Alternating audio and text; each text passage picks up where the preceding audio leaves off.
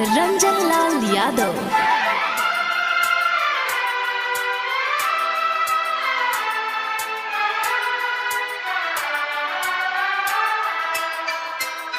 भाताराही न महके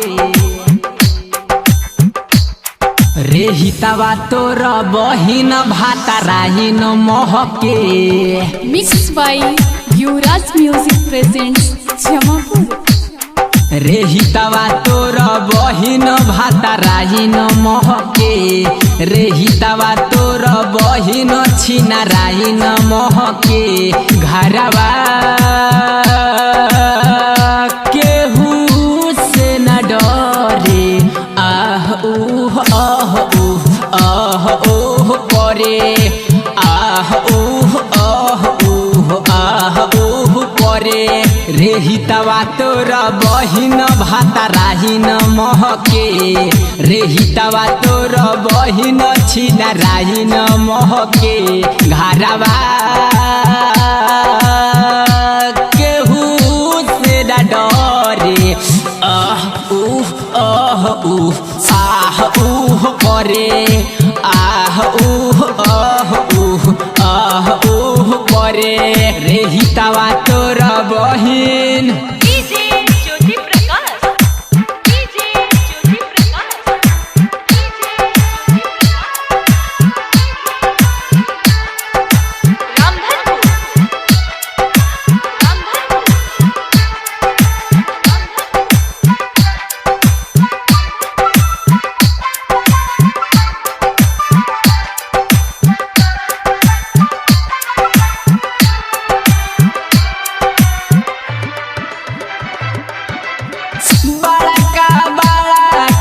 घोटे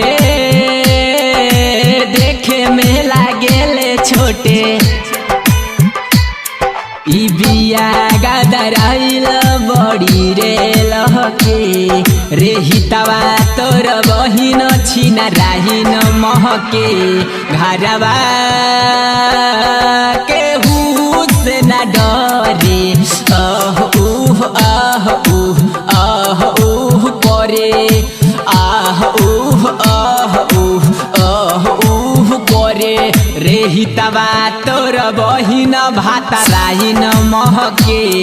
रे हितवा तोर बहिन छिनाराही न महके। घरवा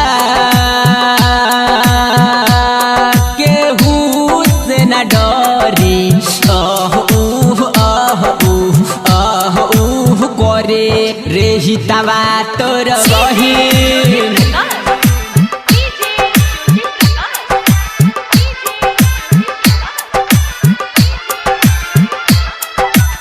mix by Yuvraj music presents Jamapur.